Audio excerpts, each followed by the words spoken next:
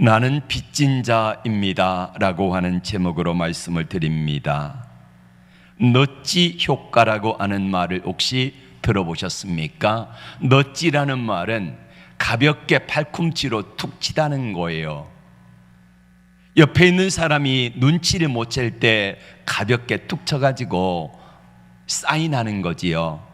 그러면 선한 영향력을 끼치고 그 사람이 무언가를 알고 행한다 이겁니다. 넛지 효과의 가장 대표적인 경우는 뭐냐면은, 여러분 남자 화장실에 가면은 옛날에 이런 문구가 쓰여졌습니다. 남자들이 흘릴 것은 눈물만이 아닙니다. 뭐 흘리지 말라는 거요? 소변 흘리지 말라는 거지요.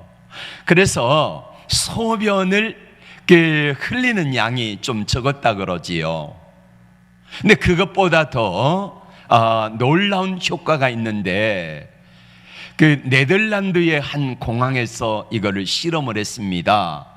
남자 소변기, 남자의 소변을 맞춰야 되는 지점에다가 파리를 한 마리씩 그려 놓았습니다. 우리 남자분들 아마 휴게소에 가면은 다 경험해 보셨을 줄로 압니다. 근데 놀랍게도요, 그게 있을 때하고 없을 때 차이가 많이 나는데, 그게 그려져 있는 이 소변기에는 80% 정도가 그 옆으로 삐져나오는 소변량이 줄었다, 이런 보고가 있습니다. 선한 영향력을 끼치는 것을 넛지 효과라고 말을 합니다. 우리 기독교사에 가장 선한 영향을 끼친 사람을 꼽으라고 하면 우리는 다 사도 바울을 꼽게 됩니다. 사도 바울이 기독교사에 없었다고 하면은 아마도 지금 기독교 역사는 아마 지구상에서 사라졌을지도 모른다, 이 말을 알 정도로 엄청난 영향력을 끼친 사람이 바로 사도 바울입니다. 오늘 사도 바울은 로마 교회에 편지를 하면서 이렇게 고백하고 있습니다. 14절과 15절 말씀을 같이 고백해 볼까요? 시작. 헬라인이나 야만이나 지혜 있는 자나 어리석은 자에게 다 내가 빚진 자라.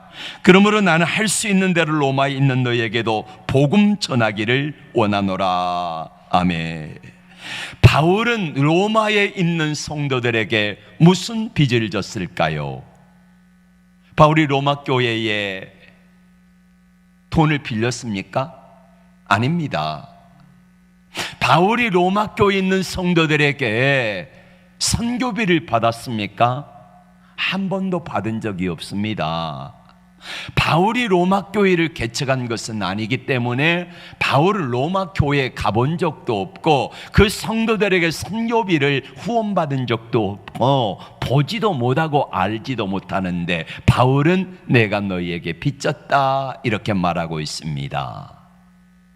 여러분, 바울이 진 빚이 무엇일까요? 바울이 무슨 빚을 졌기 때문에 나는 너희에게 빚을 갚기를 원한다 이렇게 말할까요? 이 빚이 무슨 빚일까요? 이 빚은 예수 그리스도께, 주님께 진 빚입니다. 우리는 사도 바울이라고 하는 사람을 잘 알고 있습니다. 이 빚이 무엇입니까? 사울이 어느 날 예수님을 믿는 사람들을 잡아 죽이고, 그리고 감옥에 가두고, 그리고 그것 때문에 많은 사람들이 고난과 고통을 당했습니다. 한마디로 말하면은 사도 바울은 예수 믿는 사람들의 공공의 적이었다는 말이에요. 바울이 죽인 사람 있지요. 사도행전 6장과 7장에 나오는 스데반이라고 하는 사람을 사도 바울이 죽이는데 앞장섰습니다. 증인된 거지요. 죽이는 데는 재판을 하는데, 재판이라고 하는 말은 내가 이 사람이 이러이러한 죄를 짓는 것을 보았다 그러면은 증인이 먼저 앞장을 서서 그 사람이 돌에 맞아 죽을 만한 일을 했으면은 내가 증인이 돌로 먼저 치는 게 이 사람들의 역할이에요. 스데반이 이 일을 제일 먼저 했고, 그로 말미암아 스데반이 자기와 같이 동문수학했던 사람인데 스데반이 바울의 돌에 맞아 죽은 거예요. 그리고 사도 바울은 어느 날 대제사장에게서 다메섹으로 가는 공문을 받았습니다. 이 공문이 뭐냐면은 체포영장이에요. 그 체포영장을 가지고 다메섹으로 가는 도중에 갑자기 하늘로부터 강한 빛이 비추면서 음성이 들리는데, 거기에 꼬꾸라진 바울은, 사울이라고 하는 이 바울은 거기서 엎드러져서 음성을 듣습니다. 사울아 사울아, 어찌하여 내가 나를 핍박하느냐? 주여 누이십니까? 나는 내가 핍박하는 예수다. 그러면서 거기서 바울이라고 하는 사울이 예수를 만납니다. 아나니아라고 하는 믿음의 사람 제자에 의해서 안수하여 눈이 띄어지게 되고 다시 보게 된 이 사도 바울은 이제는 예수가 그리스도다, 예수가 메시아다, 예수님이 구주다라고 하는 사실을 증거하면서 수많은 사람들을 주님께로 돌아오게 하는 사명을 감당했던 사람입니다. 여러분 한번 생각해 보세요. 바울의 입장에서 자기 때문에 누가 죽었어요? 친구 스데반이 죽은 겁니다. 아니, 자기가 맨 먼저 돌로 치는 일을 앞장섰던 사람이에요. 그런데 아이러니하게 내가 죽인 스데반 때문에 사도 바울이 있는 거예요. 스데반의 죽음으로 말미암아 그 죽음의 대가가 오늘 사도 바울을 있게 한 거라는 말이에요. 그래서 바울의 입장에서는 스데반을 생각할 때마다 내가 돌로 칠 때에 그 스데반의 얼굴 모습이 떠올라요. 어떤 모습이었습니까? 스데반의 얼굴이 천사와 같았다, 이렇게 표현하고 있지 않습니까? 바울은 스데반의 그 얼굴을 잊을 수가 없어요. 그러면서 사도 바울은 아마 이런 생각을 했을 것입니다. 친구야, 너 때문에 내가 살았구나. 내가 죽고 나를 살렸구나. 내가 다 하지 못한 이 복음 전하는 일을 내 일평생 감당하며 살게 라고 하면서 그는 결혼도 하지 아니하고 자신의 모든 삶을 다 들여서 복음 전하는 빚진 자의 삶을 살았던 것입니다. 우리도 빚을 지고 있습니다. 어떤 빚을 졌습니까? 어떤 빚이요? 죄의 빚을 진 거지요. 여러분, 죄라고 하는 짐을 지고 있으면은요, 그 죄의 짐이 우리를 참소합니다. 가끔은 제가 이 단에 서면은 마귀가 저를 이렇게 참소합니다. 야, 김종현 목사야. 그러면서 제가 한 일들을 보여줘요. 그러면 제가 한 일들로 인하여서 작아집니다. 그래, 맞아, 마귀 내 말대로 나는 그런 죄인이야, 이런 생각을 하면은요, 너무너무 부끄럽고 죄송하고 초라하고, 야, 그런데 내가 복음 전할 자격이 있느냐 하면은 할 말이 없어요. 죄의 진 짐으로 말미암아, 그 빚으로 말미암아 눌리게 되면은 우리는 도저히 헤어날 길이 없는 겁니다. 수양대군이 자기 조카 단종을 폐위하고 사약을 내려서 죽였지 않습니까?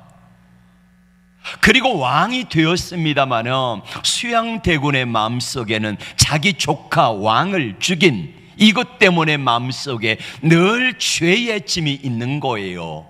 피를 많이 흘렸지 않습니까? 근데 어느 날 꿈속에 자기 단종의 어머니고 그리고 자기 형수예요. 꿈에 나타났어요. 내 이놈 수양, 그러면서 얼굴에 침을 탁 뺐는데요, 깨보니까 꿈이에요. 얼마나 놀랐는지 몰라요. 그 이후로 얼굴에 이게 부스럼이 나더니 온몸에 이게 번졌습니다. 평생 죽을 때까지 수양은 그것으로 인하여서 자기 조카를 죽였다는 죄짐 때문에 마음속에 괴로움과 고통이 있었고, 꿈에만 보면은 자기 형수가 나타나가지고 몇 번이나 나타나가지고 막 저주하는 꿈을 꾼 거예요. 수양대군의 아들 세자가 책봉된 이후에 몸이 점점 약해지더니 그 세자가 마침내 죽어버렸습니다. 역시 꿈에 형수가 나타나가지고 말합니다. 내가 그 아들 데려갔다는 거예요. 자, 이렇게 하니까 수양이 얼마나 화가 나가지고 자기 형수의 무덤을 파내가지고 그 무덤에 있는 시체를 다시 불살라버린 거요. 부관 잠시한 거지요. 결국 죽을 때에 수양은 비참하게 죽었습니다. 죄의 짐, 자기 조카를 독살하고 그로 인한 무거운 짐 때문에 결국에는 온몸에 병들어 죽는 비참한 결과를 낳고만 거지요. 여러분, 죄의 짐이 있으면은 그 무거운 죄의 짐의 문제를 어떻게 해결합니까? 우리가 어떻게 해결해야 됩니까? 그래서 사람들은 이 죄의 짐을 해결하기 위해서 비나이다 부처님께 비나이다 이렇게도 하고, 조상님께 비나이다, 아니면 다른 데 절에 가든지 아니면 다른 종교를 가든지 자기의 선한 행위를 가지고 내 죄의 짐을, 이 문제를 해결해 보지만은 해결이 돼요? 안 돼요? 안 됩니다. 내가 곧 길이요 진리요 생명이니 나로 말미암지 않고는 아버지께로 올 자가 없느니라 말씀하시는 주님의 말씀처럼 우리의 이 죄짐의 문제는 예수 그리스도 아니면은 해결하지 못한 줄로 믿습니다. 에베소서 1장 7절 말씀을 다 같이 볼까요? 에베소서 1장 7절 시작. 우리는 그리스도 안에서 그의 은혜의 풍성함을 따라 그의 피로 말미암아 속량고 죄 사함을 받았느니라. 뭘로 죄 사함을 받았다고요? 예수 그리스도의 피로 죄 사함을 받은 것입니다. 자, 우리는 죄의 빚을 졌고, 죄짐의 빚을 졌고, 두 번째로는 복음의 빚을 졌습니다. 먼저 복음의 시작이, 갈릴리에 시작이 된 이 복음이 예루살렘과 온 유대와 사마리아와 땅끝까지 증거되어지게 되었습니다. 그래서 이 빛이 사람들에게 증거되었는데, 이 빛을 바로 복음의 빚진 자다라고 사도 바울은 말하면서, 그러면 여러분, 빚을 진 사람은 어떻게 해야 됩니까? 떼먹어요? 반드시 갚아야지요. 그 빚을 갚아야 되는데, 로마서 1장 15절 말씀에는 이렇게 고백합니다. 시작. 그러므로 나는 할 수 있는 대로 로마에 있는 너희에게도 복음 전하기를 원하노라. 아멘. 나는 할 수 있는 대로, 이 말은 무슨 말이냐면요, 최선을 다해서라는 말이에요. 내가 할 수 있는 역량을 최선을 다해서 하라는 겁니다. 예를 들면 운동선수가 벤치프레스를 하는데 누워서 이 역기를 드는 거지요. 근데 어떤 사람은 100kg를 드는 사람이 있고, 저는 양쪽으로 해가지고 한 60kg 정도 들면은 제 힘에 붙여요. 제가 할 수 있는 최대한의 무게는 60인데 제가 한 30 가지고 깔짝깔짝 하면은 최선을 다한 게 아니지요. 제가 할 수 있는 대로 하려면은 60 이상을 놓고 최선을 다해서 하는 게 제가 할 수 있는 대로라는 말입니다.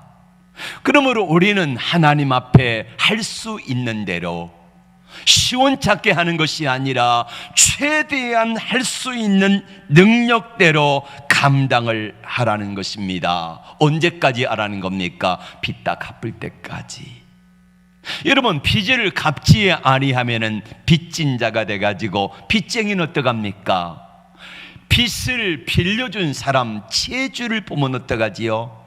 숨어 도망가고 싶어요. 그 사람들을 보면 어떡합니까? 괜히 작아져요. 왜 작아집니까? 빚진 자니까. 그러므로 오늘 사도 바울도 우리에게 고백하며 말하고 있습니다. 나도 복음의 빚진 자다라고 말합니다. 그러므로 할 수 있는 대로 내가 로마에 있는 너희에게 복음 전하기를 원하노라, 이렇게 말씀을 하고 있습니다. 우리는 하나님께 엄청난 빚을 지고 있으면서도 이 빚을 갚으려고 하지 않는다고 하면은 우리는 양심이 조금 거시기한 사람들이지요. 그러므로 우리는 어떻게 해야 된다고요? 할 수 있는 대로 뭐 해야 된다고요? 복음 전하기를, 복음 전한 것으로 빚을 갚기를 원한다라고 말하고 있습니다. 제가 몇 번 천영호 장로님 간증을 했습니다. 이분이 예수를 믿지 않는 가정에서 태어나가지고 교회 근처에 공사를 하다가 예수님을 믿고 엄청난 복을 받았어요. 그런데 예수 믿고 복을 받았는데 어느 날 사업이 잘 돼가지고 잘 나가던 때에 부인이 사라진 거예요.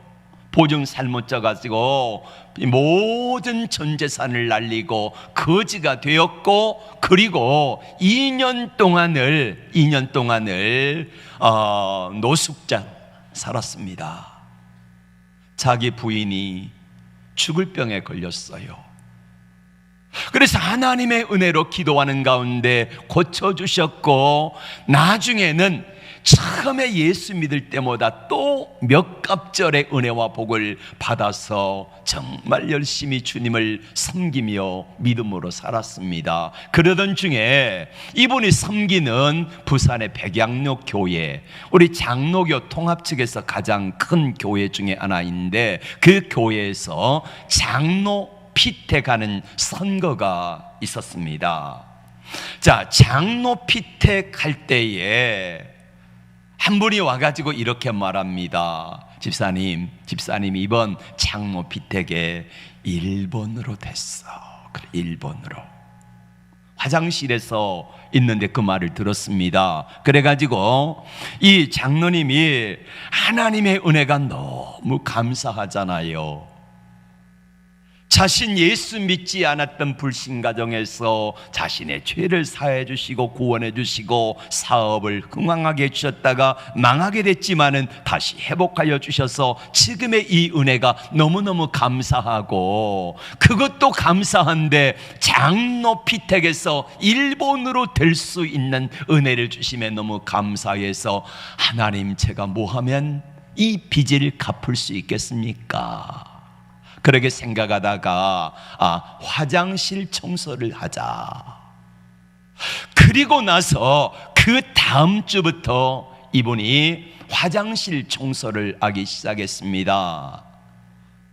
네, 교회가 크니까 화장실이 건물 안에 있는 화장실이 아니라 건물 밖에 따로 화장실이 있는데, 여름에는 덥고 겨울에는 추워요. 근데도 불구하고 이 장로님이 열심히 토요일마다 가가지고 깨끗하게 화장실 청소를 하며 찬양하며 웬 은혜요 웬 사랑입니까 이러면서 열심히 청소를 합니다. 그러던 어느 날 화장실 청소하러 갔는데 물이 좀 흘러나와 있고, 그리고는요 똥덩어리 새 덩어리가 밖으로 나와 있는 거예요.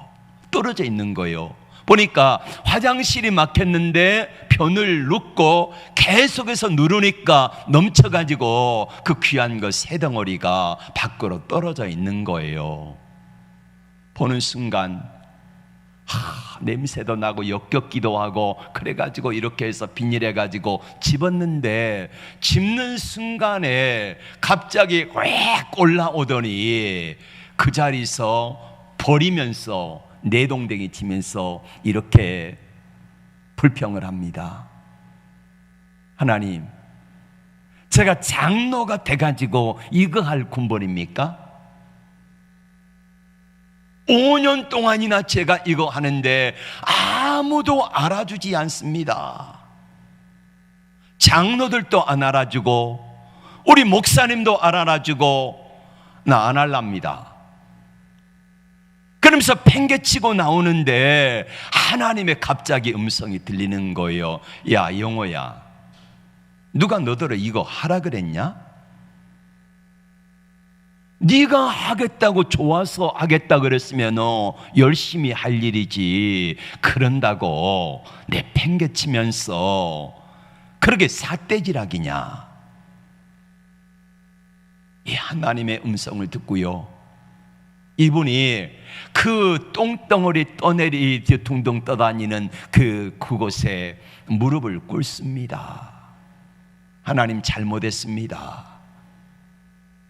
하나님의 은혜가 너무너무 감사해서 이 일을 했는데 제가 너무너무 하나님의 은혜를 잊어버렸네. 예전에는 토요일 날 오면 추리닝 바람으로 왔는데 이제는 이 귀한 일을 감당함에 있어서 내가 빚진 자의 심정으로 이 빚을 어떻게 갚을까 이렇게 생각하니까 너무 그 일이 귀한 거예요. 전에는 추리닝 바람으로 왔는데 이제는 새로운 각오로 양복 입고 넥타이 매고 흰 장갑 끼고 그리고 가장 멋진 모습으로 와가지고 주님 앞에 예배 드릴 때의 모습으로 그렇게 매주 토요일마다 하나님 앞에 와서 화장실을 청소하기 시작을 했습니다. 왜 그래요? 빚진 자의 심정으로 하니까 그렇게 하는 거예요. 여러분, 우리가 하나님 앞에서 빚진 자라는 말은 무슨 말입니까? 빚진 그 빚을 다 갚기 전까지는 우리는 자유로울 수 없다는 거예요. 근데 우리가 하나님으로부터 받은 이 은혜의 빚은 얼마만큼이나 큰 것입니까? 우리 주님 앞에 진 빚은 1만 달란트의 빚진 자와 같다는 거예요. 이 이야기는 다음 주에 하도록 하겠습니다. 그렇게 큰 빚을 받았으면은, 탕감 받았으면 그거 갚아야지요. 우리가 주님 앞에 믿음으로 살아가면서 이 사람이 빚진 자의 심정으로 살아가는지 아니면 채권자의 심정으로 살아가는지 뭘 보면 알 수 있어요. 하나님 앞에 큰 소리 치면서 하나님 정말 이러기십니까? 아니, 하나님 앞에 내가 맡겨놓은 것처럼요, 하나님 앞에 툭 하면 하나님 앞에 막 삿대질하고 하나님 앞에 성질내고 이러는 사람들은 빚진 자의 심정이 아니에요. 여러분, 빚진 죄인이란 말이 있잖아요. 빚을 졌으면 어떻게 해요? 그저 묵묵히 빚진 자니까 그 빚을 다 갚기까지 그저 죽여주시옵소서, 아무것도 아닙니다, 주님이 다 옳습니다, 이렇게 하면서 살아가는 사람이 바로 채무자의 모습이라는 말이에요. 빚진 자의 모습이라는 말이에요. 그런데 많은 사람들이 신앙생활하면서 하나님 앞에 내가 맡겨놓은 것처럼 하나님 앞에 채권자의 모습으로 살아가니까 하나님의 은혜가 없지 않을까 생각을 해봅니다. 천용호 장로님이 채권자의 모습으로 살아가니까 하나님, 내가 이만큼 했으면은 하나님도 내게 이만큼 주셔야 되잖아요, 이거 아니겠습니까? 그런데 돌이켜 생각해 보니까 내가 채권자가 아니라 하나님 앞에 빚졌더라 이거예요. 그러니까 그 빚을 갚기 위해서 내가 하나님 앞에 더 겸손해질 수밖에 없고, 하나님이 하시는 모든 일들 앞에서 하나님 틀렸잖아요. 하나님 왜 그러세요? 하나님 옳지 않습니다. 이렇게 했던 내 생각과 내 말이 달라지고, 하나님 행하시는 모든 일이 다 옳습니다. 하나님이 하시는 일이라고 하면 다 옳습니다. 이게 빚진 자의 모습이에요. 우리는 하나님 앞에 어떤 모습으로 살아가고 계십니까? 빚진 자의 모습입니까? 아니면은 채권자의 모습으로 하나님을 마침내 종처럼 부리면서 닥달하며 살아가고 있지는 않은지 한번 생각을 해보아야 합니다. 오늘 사도 바울은 우리에게 이렇게 말합니다. 나는 빚진 자다. 그러므로 이 빚을 다 갚기까지 나는 자유로울 수 없다. 맞습니다. 이것이 우리가 빚진 자의 모습이에요. 이 빚을 어떻게 갚아야 할까요? 우리는 복음이 아니더라도 이미 많은 것들을 선물로 받았습니다. 받았다고 하면은 반드시 갚으시기를 바랍니다. 아프리카의 성자 리빙스턴, 슈바이처를 여러분 기억하실 겁니다. 4대 성인 중에 한 사람이라 이렇게 칭송받을 정도로 이분은 북아프리카에 가가지고 자신의 삶 거의 전부를 드렸습니다. 이 슈바이처 박사는 아주 탁월한 사람이에요. 파이프 오르간 연주를 하러 다녔던 사람이에요. 그 정도로 뛰어난 사람이었고요. 그리고 슈바이처는 의사였고 신학자였습니다. 다방면에 탁월한 사람이었거든요. 부잣집에서 태어났습니다. 좋은 환경 속에 자라서 건강했습니다. 그런데 청소년 시절에 자기 친구와 싸우는데 잘 먹고 잘 살았으니까 건강할 밖에요. 엎치락 뒤치락 하다가 결국에는 친구를 누르고 그러면서 때리려고 하는데 친구가 이렇게 말을 했습니다. 나도 너처럼 부잣집에 태어났다라고 하면은 내가 너를 이길 수 있었을 터인데 라고 하는 말을 듣습니다. 그리고 거기서 자신은 깨닫게 됩니다. 그러면서 그러던 어느 날 20세의 어떤 체험 가운데 결단을 하게 되는데, 그가 쓴 글을 잠시 읽어드리겠습니다. 1896년 말격인 어느 날 아침, 나는 퀸즈 바하에서 눈을 떴다. 그날은 성령 강림절이었다. 그때 순간적으로 이런 생각이 스쳐 지나갔다. 이런 행복을 당연하게 받아들일 것이 아니라 그 보답으로 남에게 무엇인가를 베풀어야 한다는 생각이 들었다. 나는 생각을 거듭한 끝에 30살까지는 학문과 예술을 위해 살고 그 이후에는 인류에 직접 봉사하며 살리라 결심했다. 그리고 30세에 의대를 들어가고 그리고 의사가 돼가지고 아프리카에 가서 평생을 빚진 자의 심정으로 빚을 갚는 삶을 살게 됩니다. 여러분, 사도 바울이 빚진 자라고 하는 것처럼 우리도 복음의 빚진 자입니다. 죄의 빚을 졌고 복음의 빚을 졌기 때문에 이거를 어떤 형태로든 갚아야지요. 슈바이처는 자신의 삶을 30세부터 시작해가지고 나머지 생애 전체를 다 아프리카에다가 바쳤습니다. 왜 그래요? 빚진 자니까.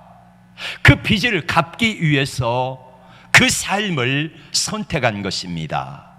사도 바울은 자신이 빚진 자인 것을 알고, 나 때문에, 스데반이라고 하는 그 친구의 죽음 때문에 내가 있고, 그 죽음으로 인하여서 내가 태어난 그 은혜로 말미암아 주님의 사랑과 은혜로 말미암아 빚진 자라는 것을 알고 평생 결혼도 하지 아니하고 아무것도 가지지 아니하고 복음 전하다가 로마 감옥에서 순교하는 삶을 살아가게 됩니다. 왜 그래요?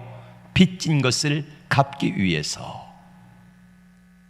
많은 사람들이 각자 다양한 모습으로 주님께 진 빚을 갚으며 살아가고 있습니다.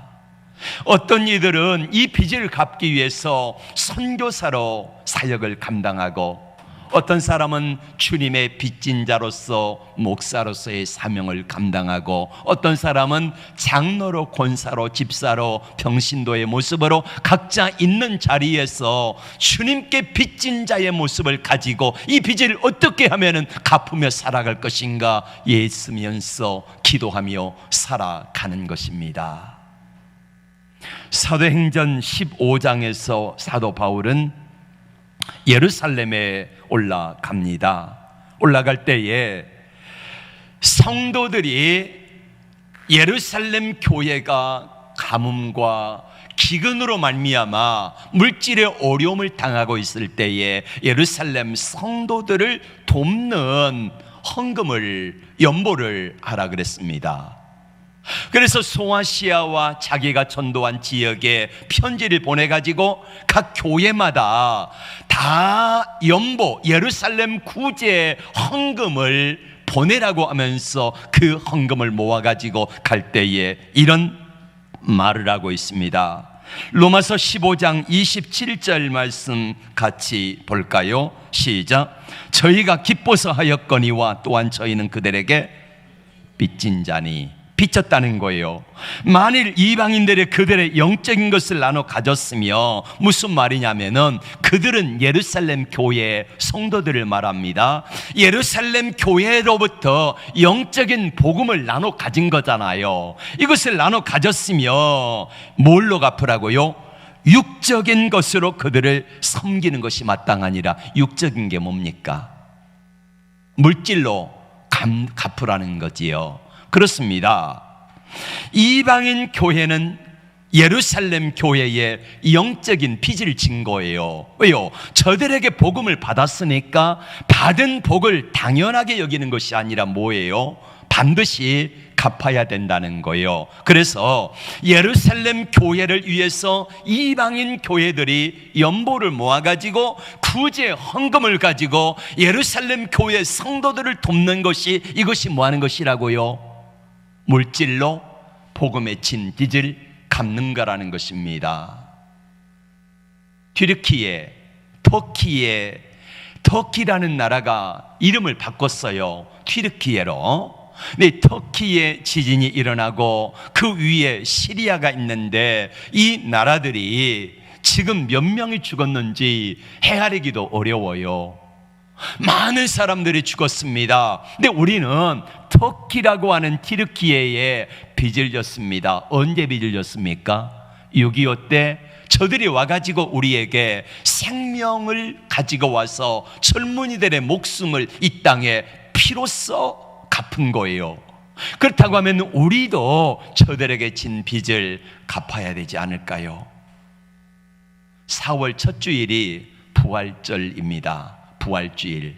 그때 부활주일 감사헌금도 하시고 이렇게 할 때에 미리미리 우리가 이번에 부활주일 헌금 가운데 일부를 이 지역 사람들에게 물질에 진 빚을, 아니 저들이 생명으로 갚아준 이 빚을 우리도 갚아야 되겠기에 우리가 예물 가운데서 일부를 그 나라를 돕는 일에 썼으면 좋겠다는 생각을 하면서 여러분이 할 수 있는 대로 여러분이 가진 것 가운데서 일부를 최선을 다해서 튀르키예, 시리아 지진 난민들을 위해서 헌금해 주셨으면 하는 생각을 하게 됩니다.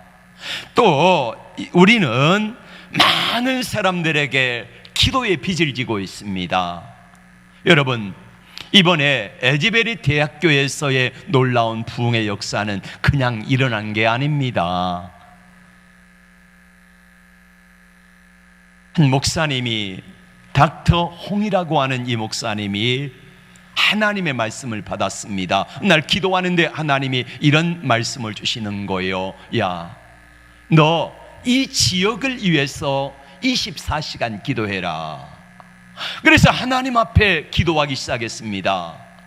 하나님께 간절히 기도하는 가운데 하나님께서 그렇게 몇 년 동안 기도해 왔는데, 이게 2021년부터인가 그 음성을 두고 기도하는데 약 2년 만에 하나님의 놀라운 부흥의 역사를 일으켜 주신 거예요.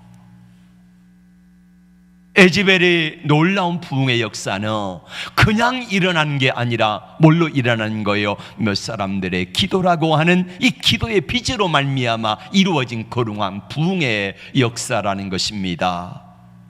여러분, 이거 생각해 보셨습니까? 내가 예수 믿기까지는 얼마나 많은 사람들이 복음을 전하고 해가지고 내게까지 복음의 역사가 증거되었을까 하는 생각을 해 보셨습니까? 우리나라의 언더우드와 아펜셀러 선교사님들이 들어오셨습니다. 아펜셀러 선교사 부부는요, 특별히 아펜셀러 선교사님은 목포에 배를 타고 전도하러 가다가 한 여자 청년이 바다에 빠진 것을 구하려고 들어갔다가 거기서 순교한 거잖아요. 여러분, 양아진에 가면은 수많은 외국인 선교사들이 거기에 묻혀 있습니다. 태어난 지 한 달도 안 돼가지고 죽은 선교사님의 자녀들이 있고, 어떤 선교사님은 25살에 1년 동안 이 나라에 와가지고 이 여자 선교사님인데 그분이 순교한 그 묘비도 있고, 수많은 사람들의 선교사님들의 눈물과 기도와 땀과 헌신의 열매로 말미암아 오늘 내가 이렇게 자유롭게 예수 믿고 이 시간에 편안히 앉아서 하나님을 찬양하며 예배할 수 있는 은혜가 있는 것을 여러분 아십니까? 누군가의 헌신과 기도로 내가 이 자리에 이루어졌다고 하는 것을 생각한다고 하면은 나도 당연하게 누군가를 위해서 기도해야 되지 않겠습니까? 이게 빚을 갚는 길입니다. 여러분에게 제안을 하고 싶습니다. 우리 교회에 환우들 여러분 아시는 대로 있지 않습니까? 이번 사순절 기간 동안만이라도 그 환우들 한 사람 한 사람 이름을 불러가면서 한 사람을 위해서 사순절 기간 동안에 하루에 1분씩만 기도해 주십시오. 그러면은요, 그 한 사람을 위해서 한 사람 한 사람이 1분씩을 기도하면은 그 사람을 위해서 수십 명의 성도들이 함께 기도하는 놀라운 역사가 있는 거예요.